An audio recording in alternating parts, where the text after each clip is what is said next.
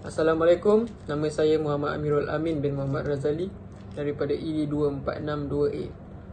Hari ini, kami akan mengulas topik tentang kesukarelawan yang perlu ditunjuk ataupun perlu disorong.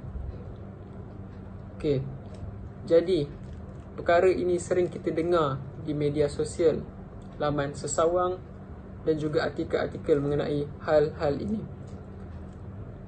Masyarakat sekarang terlalu alpa dengan kerjaya masing-masing dan terlupa untuk menitikkan berat terhadap mereka yang kurang bernasib baik. Jadi, kita teruskan dengan perbincangan objektif. Okay, Assalamualaikum warahmatullahi wabarakatuh. Nama saya Muhammad Rizman bin Salwi.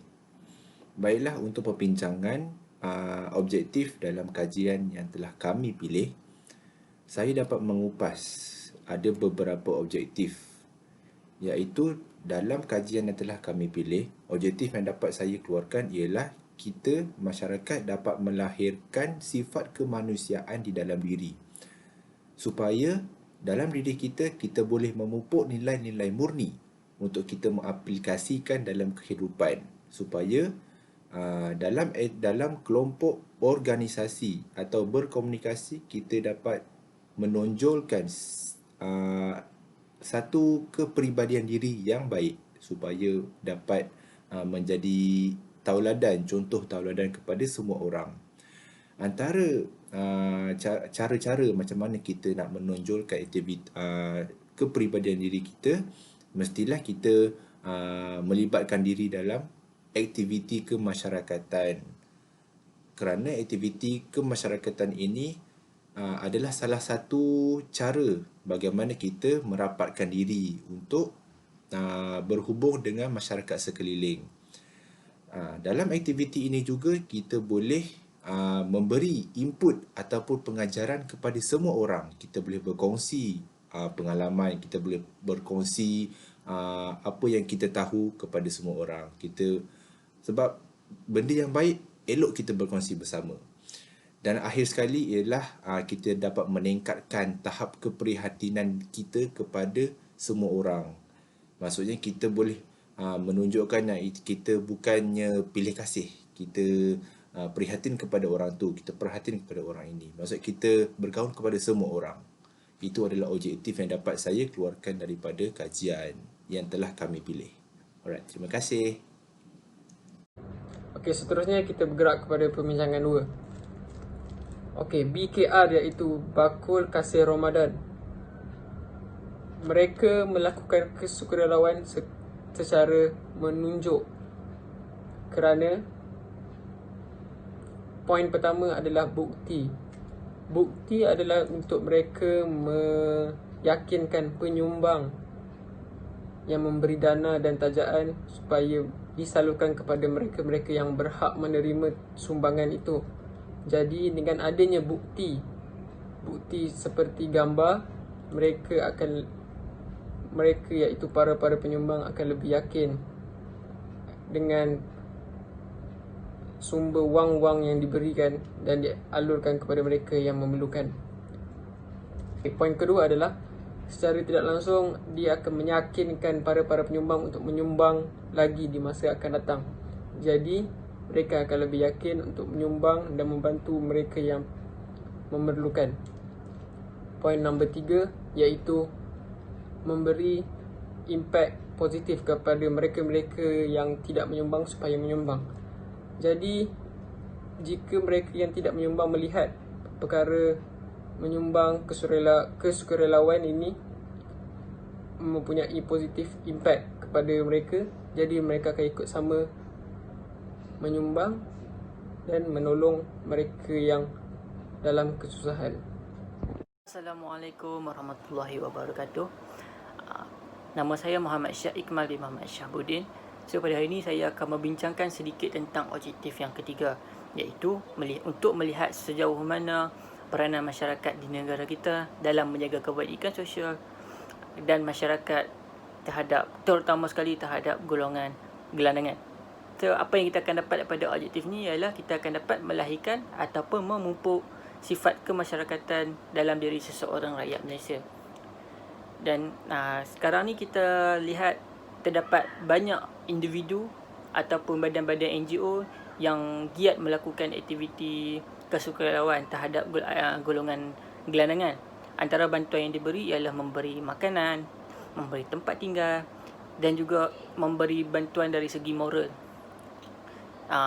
So daripada bantuan ini kita sedikit sebanyak akan dapat mengetahui punca-punca mengapa berlakunya keadaan sedemikian.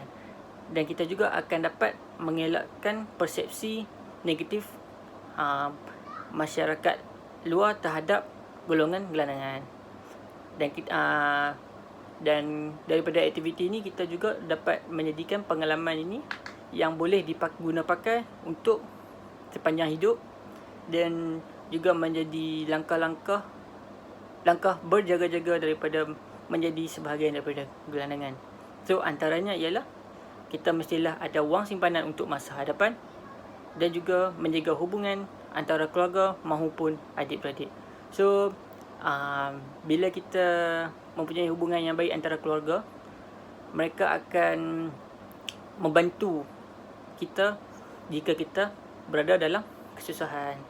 Okay, so kita akan pergi ke perbincangan objektif yang keempat di slide yang seterusnya. Terima kasih.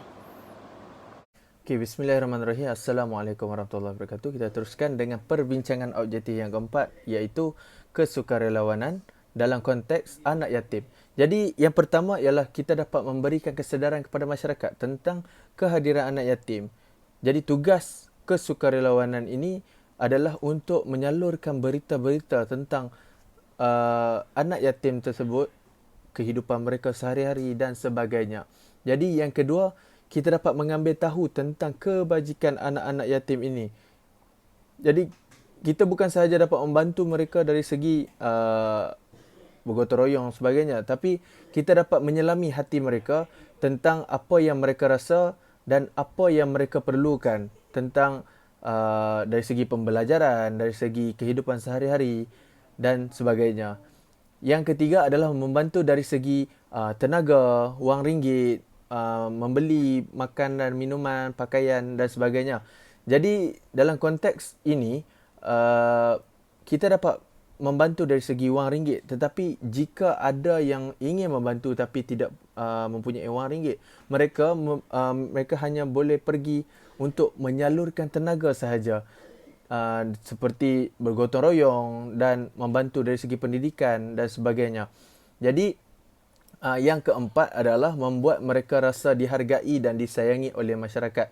Jadi kita sebagai sukarelawan, ini adalah tanggungjawab kita untuk menghargai mereka, menjadi wakil kepada masyarakat untuk membantu sama-sama menghargai dan menolong anak-anak yatim ini supaya di masa hadapan kelak mereka sentiasa menghargai orang yang membantu. Jadi itu saja, anak yatim permata yang ditinggal berharga. Assalamualaikum. Bagi objektif yang seterusnya, kita mestilah memahami antara satu sama lain supaya kita tidak ada buruk sangka kepada mereka. Sekaligus kita mestilah menjaga perasaan mereka juga.